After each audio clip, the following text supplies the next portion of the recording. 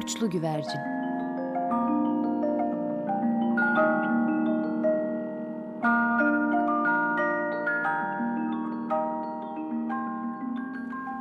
Güvercinleri tanırsınız değil mi çocuklar? Çatılarda, damlarda, geniş avlularda sürüler halinde görmüşsünüzdür. İnsanlardan, hele hele çocuklardan hiç korkmazlar. Avucunuzdan yem bile yerler. İşte bu defa sizlere güzel bir güvercinin masalını anlatacağım. Bu güvercinin adı Ak Güvercinmiş.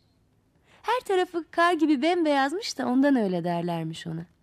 İşte bizim bu ak güvercin bir gün bir evin kullanılmayan bacasında yuva yapmaya karar vermiş. Önce etrafı bir kolaçan etmiş, sağa sola kanat vurup yuva yerinin sağlam olup olmadığını anlamış. Sonra yapı için ot, saman, dal parçaları aramaya çıkmış. Fakat havalar biraz serinceymiş. Dışarıda oyalanmak işine gelmemiş. Gözüne ilk ilişen leylek yuvasına inip leylek babaya "Özür dilerim, sizden bir isteğim vardı" diye söze başlamış. Leylek "Buyur, buyur, hoş geldin" diye karşılamış ak güvercini. Doğrusu leylek baba çok konuksevermiş. Ak güvercin "Size komşu olacağım.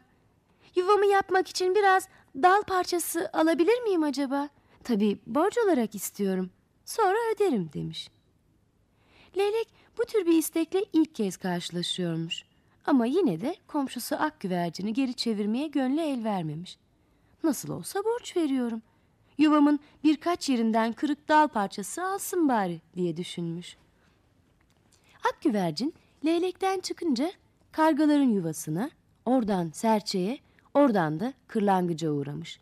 Hepsinden borcu olmak üzere bir yığın şey almış. Hiçbiri eli boş çevirmemiş onu.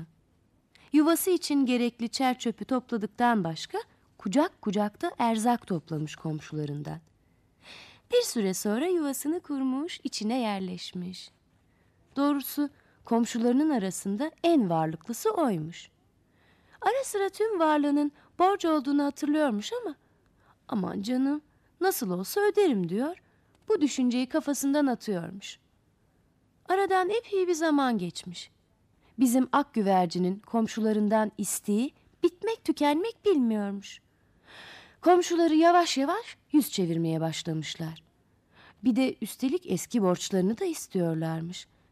Ak güvercin korkuyla "Ama ben onları nasıl öderim? Elimden ne gelir ki?" diye yakarmaya başlamış. O zaman leylek baba "Öyleyse biz verdiklerimizi geri almayı da biliriz" demiş. Öteki kuşları da toplayıp ak güvercinin yuvasına gitmiş. Herkes orada neyi var neyi yoksa almış götürmüş. Sonra da olanları şaşkınlıkla izleyen ak güvercine leylek baba "Borç en kötü yoksulluktur. Kendi emeğinle kurduğun yuvayı kimse dağıtamazdı. Kendi kazancını elinden kimse alamazdı. Başkasının sırtından geçinmemeyi öğren artık. Borç zamanında ödenecekse alınmalı. Bunu aklından çıkarma" demiş. Sonra da uçup gitmiş. Leylek baba ne kadar haklı değil mi çocuklar?